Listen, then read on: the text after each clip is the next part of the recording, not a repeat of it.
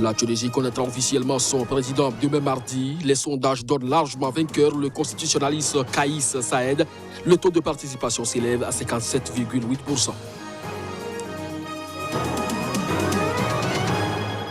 Le Mozambique se prépare à élire mardi son président, ses députés gouverneurs lors d'une élection générale qui s'annonce sous haute tension. Ce scrutin doit intervenir au terme d'une campagne électorale violente.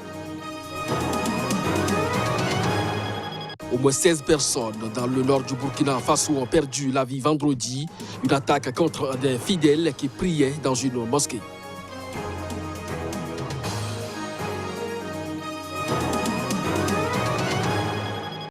Ainsi se présente le sommaire de cette édition. Mesdames, Messieurs, bonjour et bienvenue. Direction la Tunisie avec yoyou, fumigène, klaxon. Une foule liesse a envahi dimanche soir l'avenue Bourguiba au cœur de Tunis. Quelques instants à peine après la publication de sondages annonçant la victoire triomphale de l'outsider Kaïs Saïed à la présidentielle tunisienne. Le constitutionnaliste Kaïs Saïed a remporté la présidentielle tunisienne avec 76,9% des voix, a annoncé la chaîne publique Watania selon un sondage sorti des urnes qui confirme les résultats divulgués un peu plus tôt par un autre institut de sondage. La publication de ce sondage a déclenché des cris de joie parmi les partisans de Kaïs Saïed rassemblés dans un hôtel de Tunis. Lors d'une conférence de presse, l'instance électorale tunisienne confirme que la participation serait sensiblement supérieure à celle du premier tour du scrutin présidentiel. Elle s'élèverait à 57,8% sur 70 des bureaux de vote, alors qu'il y a un mois seulement, moins d'un électeur sur deux s'était déplacé, portant donc à 49 le taux de participation. Les résultats officiels donc de cette présidentielle seront connus d'ici mardi. Le président tanzanien travaille dans le centre du pays à Dodoma. John Magufuli réalise ainsi une promesse qu'il a faite lors de sa campagne électorale en 2015. Le but est de faire de cette ville la capitale effective de la Tanzanie. Reportage. Dodoma est officiellement la capitale politique de la Tanzanie depuis 1973, mais seule l'Assemblée nationale y siégeait depuis 1996, avant que les ministères ne commencent à y emménager depuis moins de 2 ans. « Je suis désormais officiellement installé ici », a déclaré le président Magufuli, cité dans un communiqué de la présidence. Le chef de l'État tanzanien s'adressait à des habitants de Dodoma après s'être fait enregistrer, son épouse et lui-même, sur les listes électorales à Dodoma pour les scrutins locaux du 24 novembre prochain.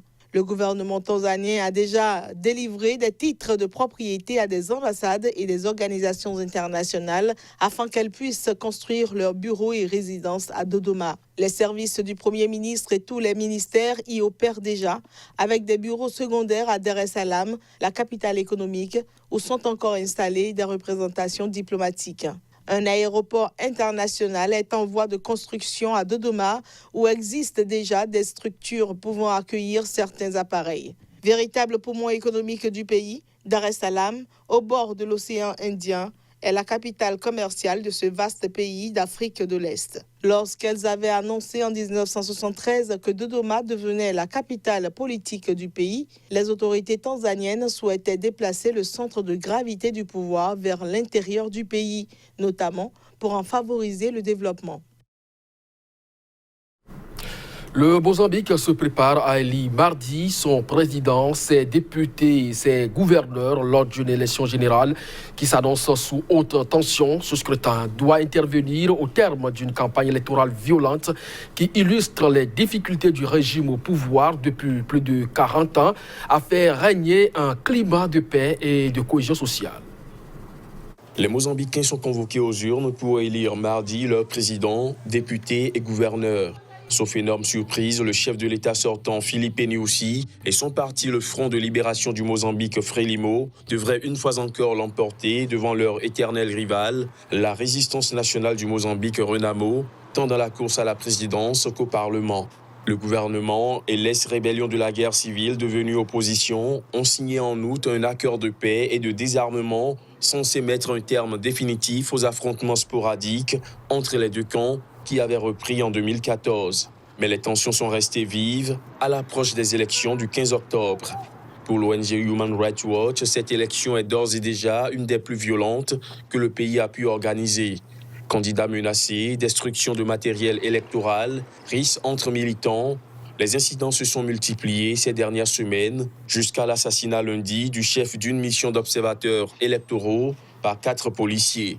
La société civile, qui entend déployer des milliers d'observateurs le 15 octobre, a déjà dénoncé de nombreuses irrégularités, notamment la présence d'électeurs fantômes sur les listes électorales. Les 13 millions d'électeurs mozambicains éliront également pour la première fois mardi leurs gouverneurs provinciaux, jusque-là nommés par le gouvernement. En Algérie, la justice a mis en détention provisoire le président d'une association très active dans le mouvement de contestation. L'information a été donnée samedi par le Comité national pour la libération des détenus. Reportage. Abdelwahab Fersaoui, président du Rassemblement Action Jeunesse, avait été arrêté jeudi lors d'un rassemblement de soutien aux détenus et des organisations avaient indiqué être sans nouvelles de lui depuis. Mais la nouvelle a enfin indiqué qu'il a été placé sous mandat de dépôt par le tribunal de Sidi Mohamed à Alger jeudi soir. L'homme a ensuite été transféré à la prison d'El Harrach dans la banlieue d'Alger. D'après le coordonnateur du Comité national pour la libération des détenus, il a été présenté devant le juge sans la présence de son avocat. Personne n'était au courant, même pas sa famille, et c'est en cherchant que des avocats ont découvert qu'il était en prison. Les chefs d'inculpation n'étaient pas connus dans l'immédiat. Vendredi, la Ligue algérienne de défense des droits de l'homme, se disant sans nouvelles de Fersaoui depuis jeudi, avait dit s'attendre à un mandat de dépôt. Les défenseurs des droits de l'homme demandent sa libération immédiate et celle des autres détenus, ainsi que l'abandon de toutes les poursuites contre eux. À 2 mois d'une présidentielle exigée par le pouvoir et l'armée, mais rejetée par la rue, les arrestations de partisans du Hirak se sont multipliées ces dernières semaines sur fond de crispation des positions des deux camps. L'Algérie est secouée depuis le 22 février par un mouvement inédit de contestation du régime qui a entraîné la démission du président Abdelaziz Bouteflika en avril et réclame désormais le départ du système.